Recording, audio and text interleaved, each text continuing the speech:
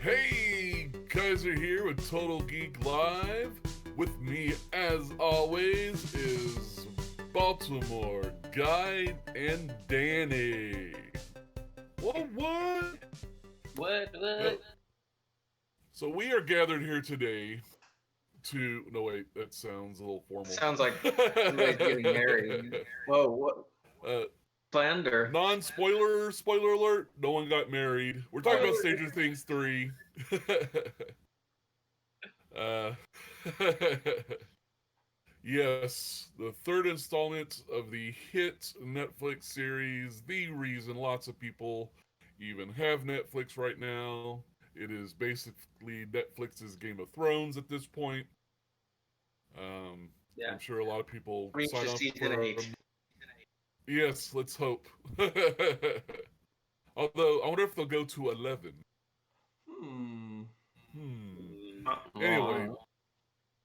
unless you've been under a rock, you've at least heard of Stranger Things. And we've talked about it here on the show before, and we love it so much, we're going to talk about it again. But So I'm going to. We start this off spoiler free, as usual. We will let you know when we get into the spoiler territory. It'll come up on the screen. So if you're just looking to Others mean see. later.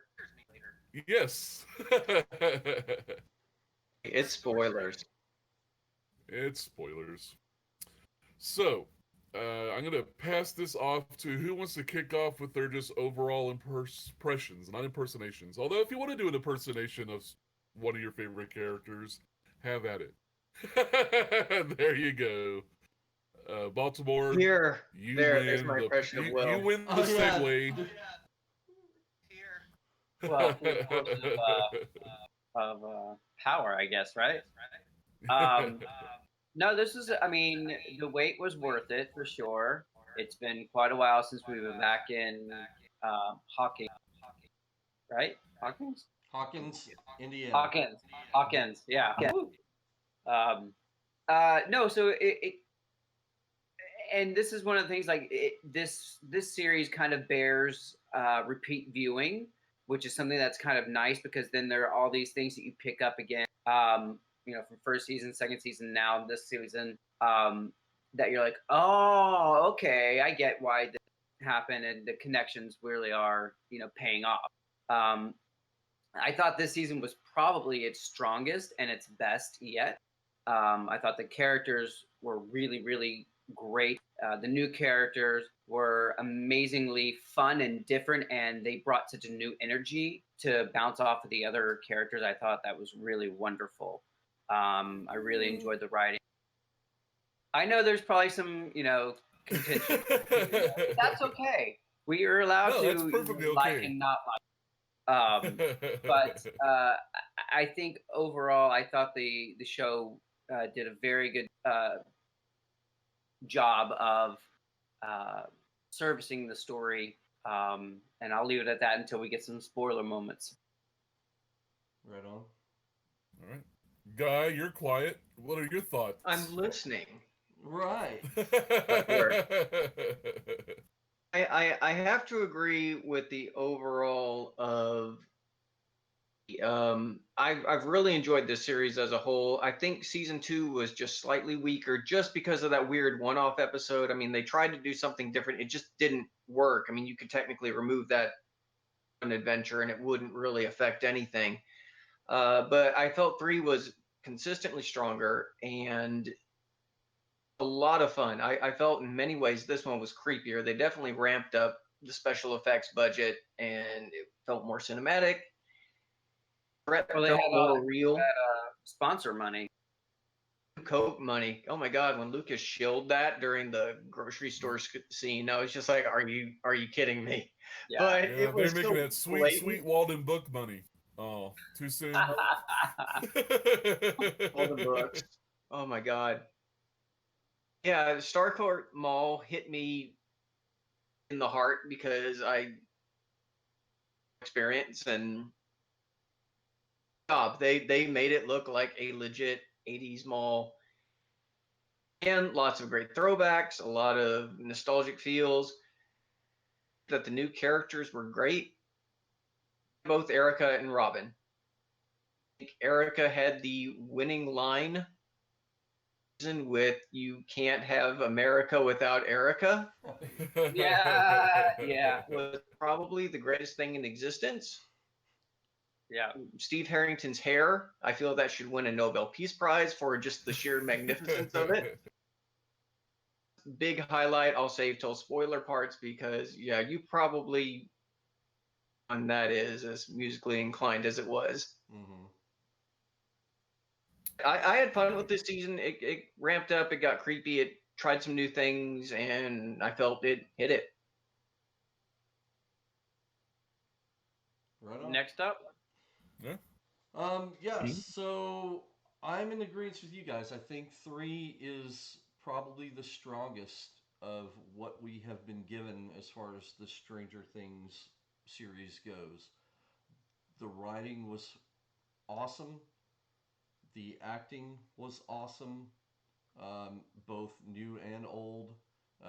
Even seeing some of the older characters kind of evolve, and we've seen the kids especially kind of grow up right before our eyes, and so we're seeing these, they're getting into their teenage years now, and that kind of the dynamic of all of that was really interesting to see.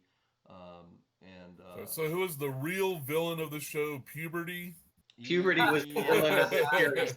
Yes, that's exactly it. Exactly it. It caused as much havoc as, any of the creatures did. Right. I love the sets. I love the different change of venues, and even though it's it still takes place in Hawkins, but it felt like more of a bigger scale. I got to feel more of being around in Hawkins than I really had in the previous two. And let me see what else. The mall was kind of at the center of the whole thing, and the like Guy said, the nostalgia feels of it, and kind of seeing the tombstones of the mall, harkening back to stores that are no longer with us today. That Memoriam was, thing like they do at the Academy Awards right. in Memoriam. They just In have memoriam. different stores. I think that might be our singer. Yep. Yeah. So it was action packed, and I'm right there with you guys. I believe they really put more budget into the special effects, made some of the things more gruesome and gritty, and a little bit more terrifying than in the previous two. So Yeah. Yep, that's my take. That's your hot take. Mm-hmm. So my take, real quick, is right before we get into spoilers. So it's kind of an amalgamation of 80s tropes, not just the mall. I mean, the whole series is a love letter to the 80s. Right. It's always has been, and that's been, in addition to the characters and the story and the acting and all that, is purely the nostalgia of the show, or that it brings. It's so authentic in its time frame, and they leaned in that a little heavier this season, I felt, because they really played into movie tropes and genres, and I'll save it for the spoilers section. My description of what I think it is, but overall good. And Erica was annoying to me. I'm sorry. I agree. She wasn't an adorable little sassy girl. She was a little too you. modern sass. I'm right there with for you me, guys. although jerk kids existed in the 80s, trust me. Precocious, okay? Know the term. Yeah. But I felt from last season when she was kind of introduced there just a little bit that she would probably come back as a bigger character this season, and she did. Robin's a great new character, and then I'm with pretty much 90% of the internet that the bromance of Steve and Dustin is pretty much is why you watch this series, this season. You know, you came for 11, you know, but now you're there for Steve and Dustin. Yeah, their friendship is magical. Yeah. Yeah, friendship is magic. And there's My Little Pony tropes in there as well, so that works too. So Oh my god, Exactly. that So was let's use that as a segue into spoilers. That's right. That's right. So- So let me get down goes the spoiler free, and now spoilers. It's right here. Right. Holy shit! I'm so sick of them killing off Winona Ryder's love interests. Find a different spoilers and ending. language now. So Oh, spoiler alert! Language I'm gonna alert. curse. alert. From I think I just Bambi put to this up to Pulp Fiction in a PG-13. second. Yeah, they do actually. Never mind. All right, so I'm gonna give my description of what I feel this best describes this show now, and then I'll pass it off to other spoiler things. Okay. So as I was watching it, this is basically Terminator meets the Blob meets the Pod People. The Body Hmm. Snatchers. Yeah, Body Invasion Snatchers. Invasion of the Body Snatchers. Yeah. well, the Day of the Dead. I mean, that's Yeah. accurate. So as I was Never-ending watching it, I story. mean, Terminator, and Red Dawn. Yeah. Lots of Red Dawn up in this bit. Yeah, because Sure. all the Russian stuff. Right. God, they're not I'm a threat sorry. anymore. God of Carnage has me cursing a lot more than normal. It would. It really would. All right, so that's those are what I wanted to say, and I didn't want to give away that because that does spoil a little bit because the heavy Russian theme and basically a Russian Terminator is after them through the dress. He looks knockoff like film. Schwarzenegger, you know. I mean, got the leather jacket. Yeah, I mean, the whole- and they framed him perfectly. Oh yeah. They found an actor who really kind of had the the cheekbone structure and the forehead structure and everything just with the haircut. I mean, it felt like Arnold 1980 whatever it was Terminator and just the way that his movements were and stuff. I thought they nailed that perfectly. Yeah. Yeah. Yeah. You know, it was intentional. Yeah, of course. Oh, absolutely. Absolutely. I'll admit, I'm genuinely surprised that, during the big battle between him and Hopper, he didn't have a robot face underneath. I was actually waiting for them to do that. I know. I did. I thought for a moment that I'm like, oh, maybe they're going to introduce. Maybe he's like a Russian technology thing that that they had. Well, developed. the whole time I thought he was part creature, like it got into him, and that like maybe like they're gonna pull off his face and reveal that he was actually That would have been a actually creature pretty underneath. like on V. Yeah. Yeah. Player, Right. parties.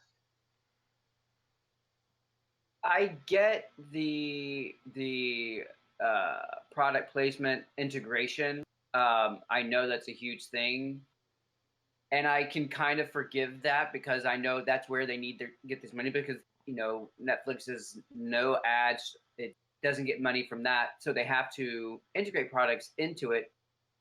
And for the most part, you can tell that they try to make the integration as seamless as possible. But seriously, when he stopped the big fight scene and did the Coke thing, I'm like, got to be kidding me. Kidding me? And then the Burger King thing and then the Slurpee thing. And I was just like, I know they need their money, but I'm like, oh my God, this is a lot. This is. Yeah, I mean, they just shy of turning to the camera and winking. Okay. Oh, yeah. But I haven't seen that much shilling for a Coca-Cola product since Mac and Me. But and here's the counter to that is that with the Coke in particular, I totally get why because 1985 was when New Coke was in. So why not one kind of introduce a whole new generation to that whole mishap? Yeah. And see, I mean, it could be Coca-Cola's push to see, well, maybe this generation will enjoy this flavor. That shit is $10 a can online. Yeah. Who's gonna pay $10 for a can of Coke? Millennial maybe. I don't know. Maybe. It's out. Has anybody seen it? I haven't seen it anywhere. I haven't either. I haven't online. New York had most of the free vending machines out when they first did the initial push now.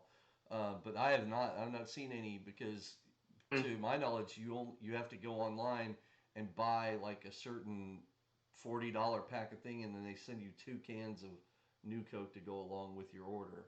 It's something ridiculous. So I think that's where they failed on their marketing push.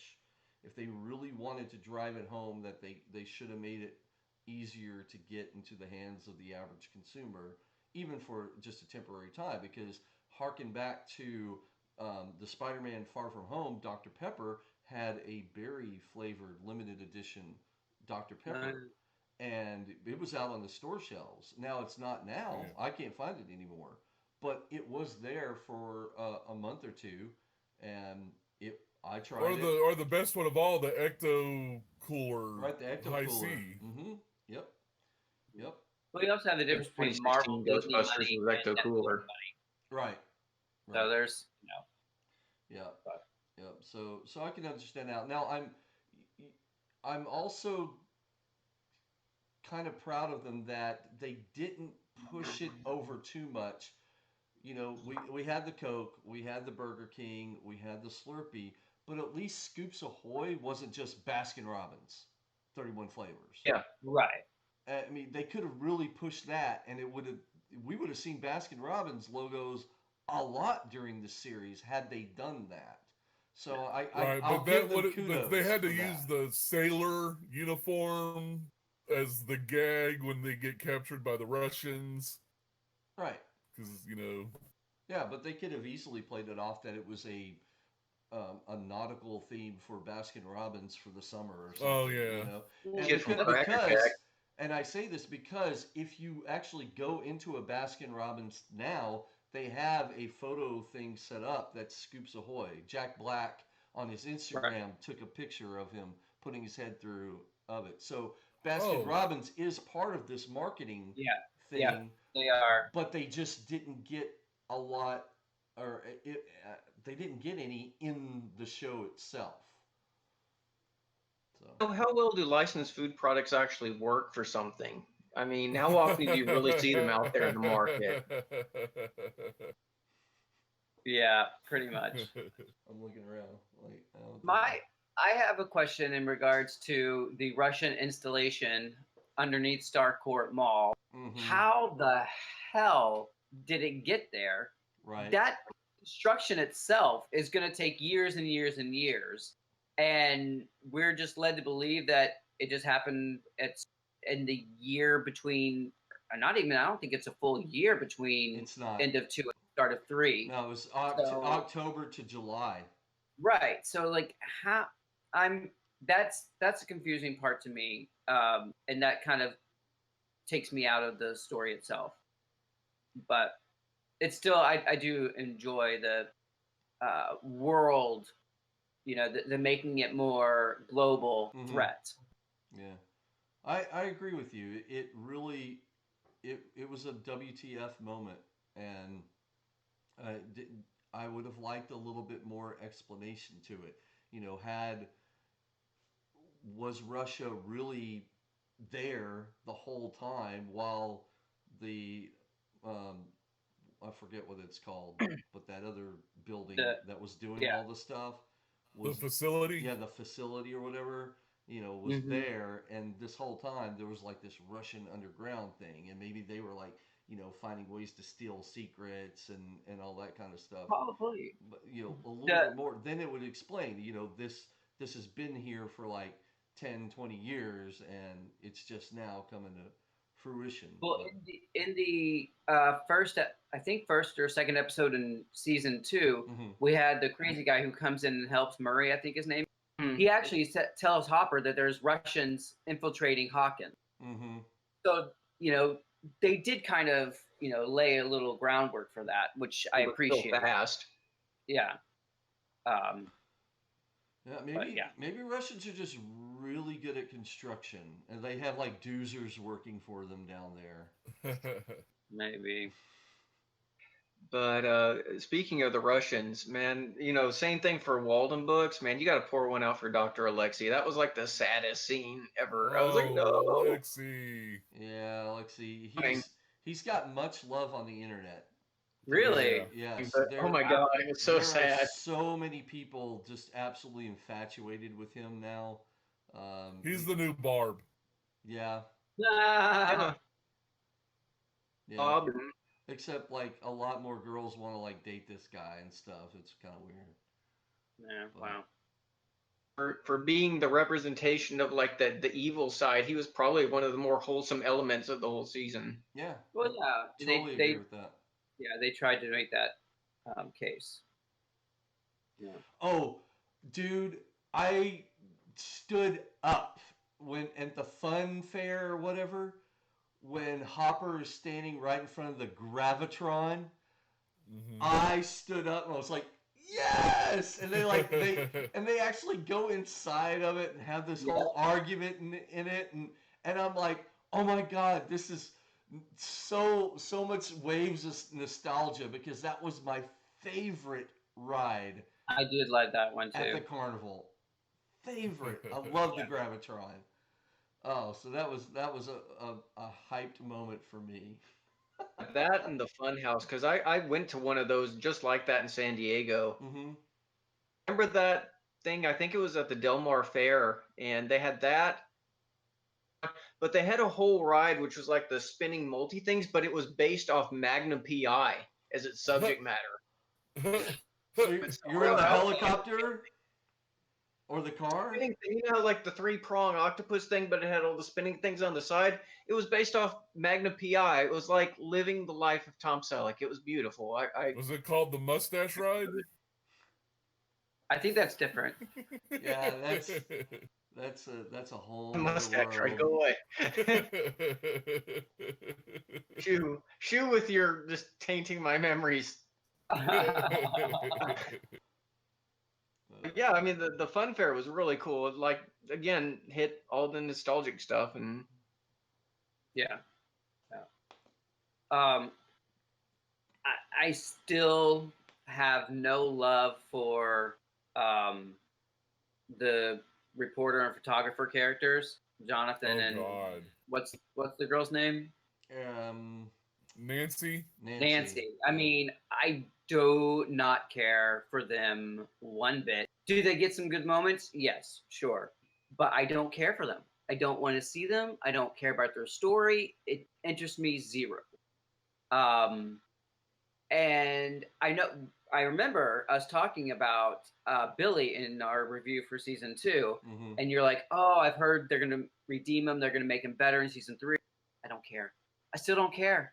I don't care for him. It didn't wow me. I get he was just a walking trope to me, and they didn't successfully humanize him enough to make me care about him. Yes, I get what they were doing with the mother and the the beast, whole all last that. episode or two is humanizing Billy. Yeah, but at this point, I was like, I don't care. I don't care. I still don't care. Yeah. I appreciate it. I know what they're going for, but for me, it just never You had clicked, checked never out worked. long ago. Oh yeah, completely. Yeah. Yeah. Well, I definitely you suck. I mean, that was like his whole thing. He's a sociopath. right. Yeah. Yeah. Right. They were kind of going with along with they need the same character like in the It movie, who was the bully picking on the Yeah. boys and all that. There's not a whole lot to him other than he's just an asshole.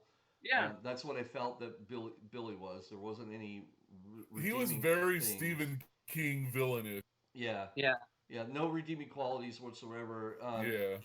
Other than, unlike Stephen King, most Stephen King villains like that, they don't have like a sibling that you feel sorry for.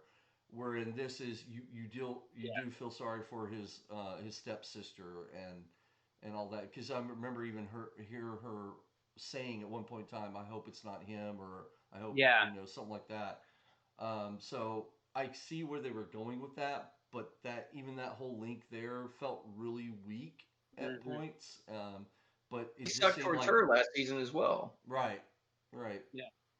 And then with Nancy and photographer boy, to me, I feel that Jonathan, I just feel that since there's so many characters now, that they kind of just got pushed aside, and then the writers were like, well, we need to do something with these guys because people are going to ask, well, what are they doing and stuff, and so we have to incorporate them in as best as they can.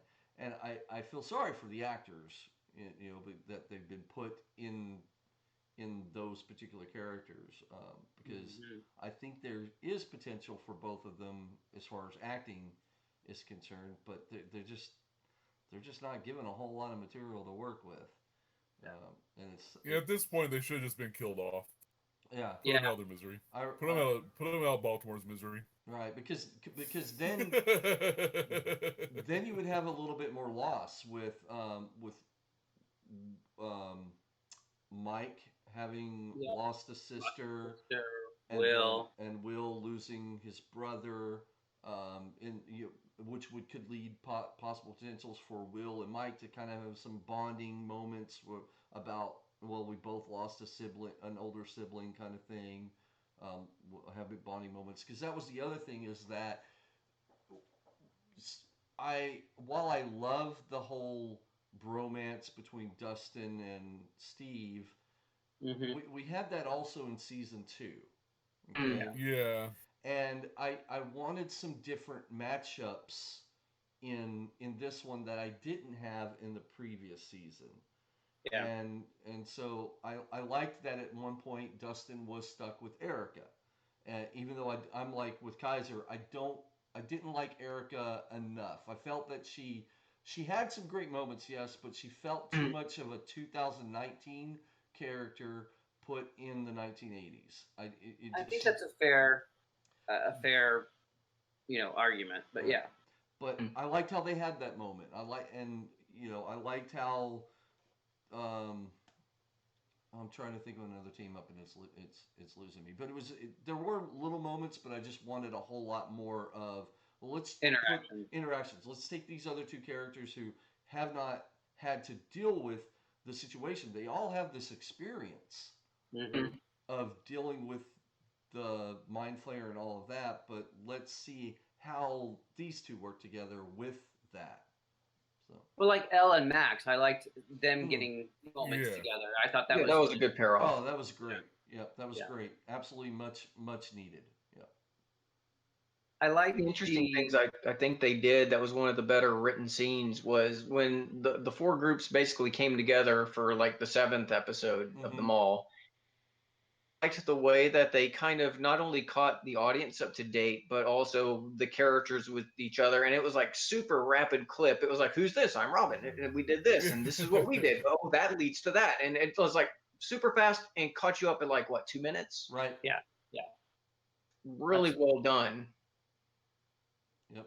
I liked in this season, they're dealing a lot more with actually growing up and, getting older, and it's the romance between Elle and Mike, and then you have Max and what's his name? Lucas. Yes, Max and Lucas, their relationship. But the thing that was more fascinating to me is Will being stuck in the middle of that, and I have a lot of feelings and a connection to Will's character, because you're growing up, you're kind of feeling a little left out, but you're trying to grasp and hold on to the childhood that you remember. And as a character, he's gone through being the source for the Mind Flayer, so he has a lot of like being out of the group feelings, and now that he's more a part of it, he's still trying to grasp and maintain that hold. And I feel there's a lot more to be mined from that, and I hope that they really do. But I did kind of feel a lot more connection, especially in that that argument that they had. I really, really got to me, and I thought it was really great writing for that. Yeah, absolutely. Agree. Little, big shout out to the science teacher. His whole scene was pitch perfect. Rocking out to Weird Al, painting his little miniatures. Yeah. I mean, he was the quintessential in a box, Yeah. I'm a geek. He might Yeah. be our new mascot.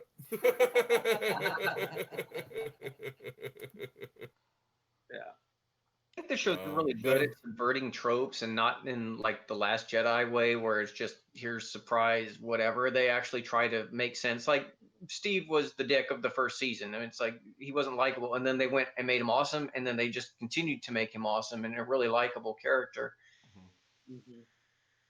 About that was because I mean, there's always the '80s trope where it's like popular guy or girl never notices the kind of the outsider guy or Oh yeah. girl.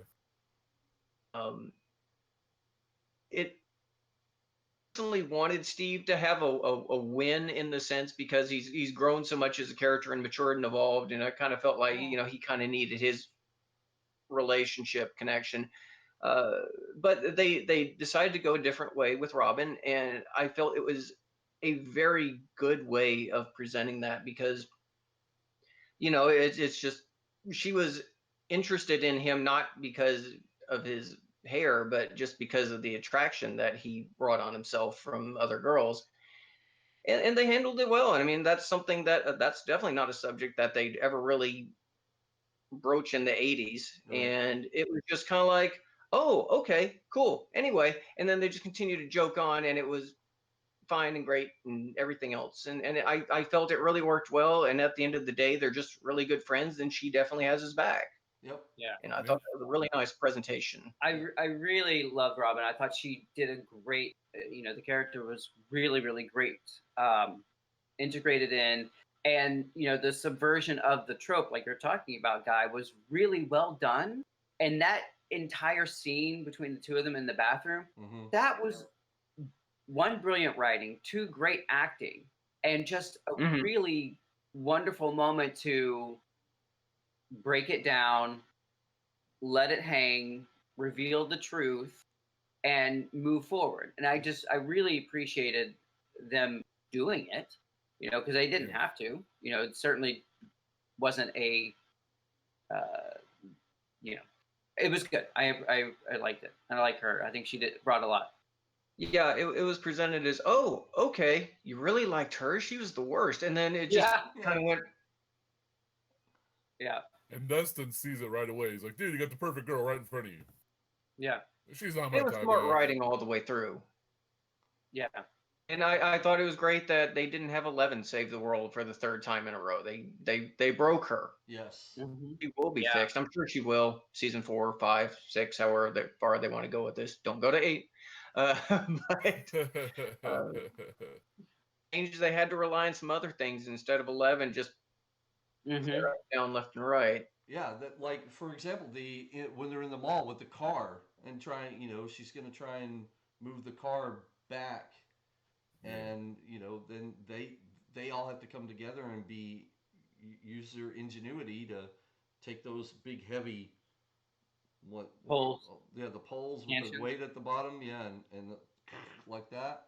Yeah. Yeah, yeah, it was nice. And then another thing I liked that I don't know if you guys caught it or not, but when Will set up his campaign that he did for Lucas and Mike, there was a lot of it was kind of mirroring what was happening with Yeah. the citizens and being mind controlled and that Oh. that kind of stuff.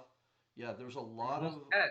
a Nice lot of catch. mirroring with what he built with this campaign, which it made me wonder, when he keeps doing this, to Yeah, just how connected just is how he? connected to the mind flayer is he that kind Right. of influenced his creativity for building that campaign. Yeah. Interesting No, thought. absolutely. Yeah. Maybe he was sort of kind of preparing them. Right. Yep. Yeah. I don't, going, hey guys, And this speaking is of the Mind Flayer, I love they took it from this shadowy, omnipresent, just evil Mm-hmm. presence and just abstract image to a truly horrifying Meat sack. creature Oh yeah. of literally all the blood and guts and flesh and bones and teeth all in a goo, and it just kind of forms into what it needs. Yeah. I love the look of it. Made from the finest rat people meat. Right? Yeah, I loved how they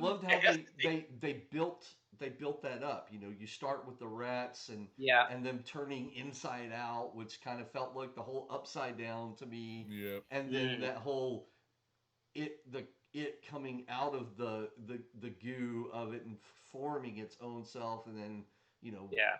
melding into harkening back to the blob, and then What was oh go no, on. go ahead. What was interesting is that when you see the people sacrificing themselves, Oh yeah, only women, all women really? sacrificing them. You know, it's all women. You don't see any of the men. You don't see the men do it. You only see the women. Uh, Really? yeah, go back and watch the scene. It's pretty kind of interesting to kind of think about, like, oh, all these women are just sacrificing themselves. Right. But yeah, it was a truly terrifying and a great way to kind of build onto the concept, like you're talking about, guys. Yeah. Right on. So, any last thoughts? Susie, Last can you things you hear wanna- me? Actually, oh God, yes. There are two thoughts leading in what you were starting to bring up. I can't believe they mentioned Daryl on one of the theater marquees. I haven't thought about that movie like in a billion years. You know, the one Dude, with I the made a kid Daryl who said reference the like the never-ending week story. before this. It Oh, blew really? my mind. Oh man, Really? I Kid love from, like, Daryl. And it was the kid from the never-ending story, which leads right Mhm. into Susie, Can You Hear Me? And bizarre moment of the entire season. Yeah. Oh my God, it was so brilliant. And I love when you see Winona Ryder in the scene. She just hits the wall, faces away. She's like, "Oh my God." It's so brilliant, all of that. Do you think that she did that because she knew what's gonna happen, and she's just like, I'm gonna bust out laughing or have this shit-eating grin on my face that I can't let the camera see this, so I'm just gonna face over here, you know? That's what I would have done. I think it was Hopper just looked tired. Yeah. well, I mean, you know, Oh, he was he's beat up by a Terminator Russian guy, so of course. Yeah. But Couple times. it was quintessential 80s moment. It was great because you had that whole I built this whole radio thing, you guys, all throughout the season. They didn't think she existed. They didn't think she was Right. real. Yep. You know, it's the Yep. whole thing, the camp girl, summer camp girl, romance and all that. That's my girlfriend in Canada. Whatever. Yeah, all the way up. Already trope. Yeah, whatever. And then that freaking song came on, or, you know, that's what she wanted to sing, and it was a beautiful duet. It was smart on the Duffer Brothers' part to utilize, because we know the character who plays Dustin, he's got singing chops, Broadway acting, and the girl did Matilda on Broadway. Oh, okay. Okay. Yep, that's where she got her start from. So she has a lot of stage experience too. So that's why you take the talents and just utilize them in a great Or Lucas 80s and Mac. way. Right, yeah, Yeah. Lucas and Max are too. They just didn't get to sing this time. Yeah. Well, I mean, Lucas did for a little bit, but it was like in jest. It was kind of like doing this to Dustin. Yeah. It was still entertaining. Yeah, very, very entertaining. So, hands down, one of the absolute favorite moments of anything I've ever watched. Yeah. Yeah. No, it was really great. It was really great. Ending monologue by Hopper in the letter. Oh, Bad. yeah. 3 inches. Leave Yeah. the door open 3 inches. Yes, exactly. Yep. I caught that. Mhm. It's like, oh, okay, yeah, Uh-huh. yeah. Yeah. And Overall, we liked it. It was good. And then, of course, we have to talk about the ending. Ending. The post credits. Yeah. Oh, okay. All right. Well, and also, like, as someone who writes bit and also like consumes a lot of media, as soon as anyone starts talking about future plans, I'm like, damn it, don't make plans. Hopper and Winona were making plans. Like, no, that's not going to end well. I knew it, and then Yeah. I was like, oh. But do you think he's dead or in the upside down? So there's two possibilities. The American could be him in Russia, Right. or the American could be Papa. That's who I thought it was. And I kind of feel like he might be in the upside down. I feel like that might be. I feel like they're setting us up to believe that it's Hopper, but they're going to kind of fake us out with maybe Papa. Mm-hmm. And then I, of course, don't think that Hopper's gone. Right. But Yeah, what about you you can't guys? do that to Winona twice. I think that's a pretty good theory. I saw an interview from the Duffer Brothers saying that the American may not be who you think it is, and that goes exactly with what you said.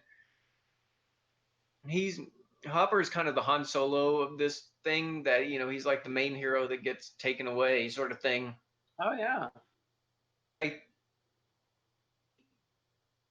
took him out since they already had their noble character sacrifice for the season, but I think it would be interesting if they did actually make him dead and what to do without him.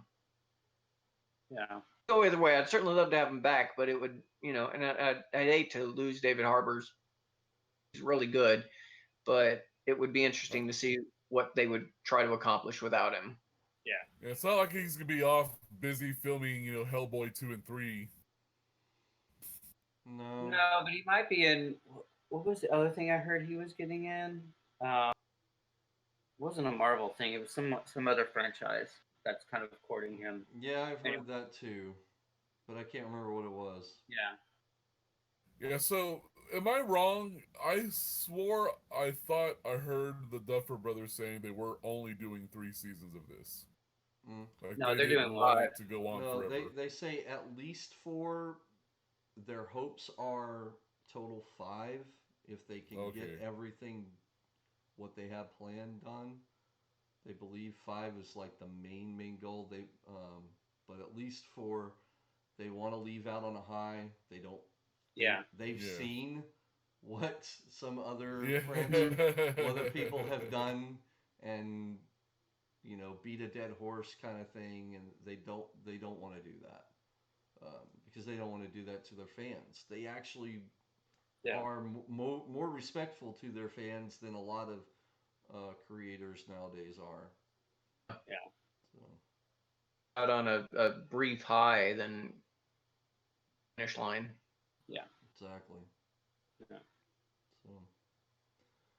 All right. Well, that's it. Oh, wait, real quick. Top 3 movies. Huh? Star Wars. Name your top 3 movies. Favorite movies. Come on, name the Stranger Things. Nice. No, name them. Do it. Because that's Go, all of you. Muriel's Wedding and New Hope. That's what that guy at the Blockbuster or whatever family video. Yeah. That was another funny thing I saw. It was the family video right next to the arcade. Yeah. Yep. Ghostbusters. A tie-up between Groundhog Day or Cinema Paradiso. Danny? Just weird. One Flew the Cuckoo's Nest, Bill and Ted's Excellent Adventure, Ghostbusters.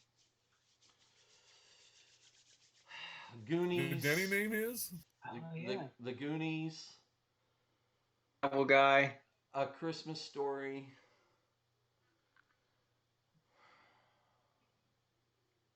And Sarah and the Starfish. I'm just looking at what's around Down you. there, are you like cribbing? Oh shit, what have I got? Yeah, that's it right there. Oh. Perfect. All right, well, that's our take on Stranger Things. I could have 3. said Transformers the movie, animated movie, but I didn't. Yeah, but you had to go Sarah and want to Starfish. try again. It is the superior movie. It is, of course.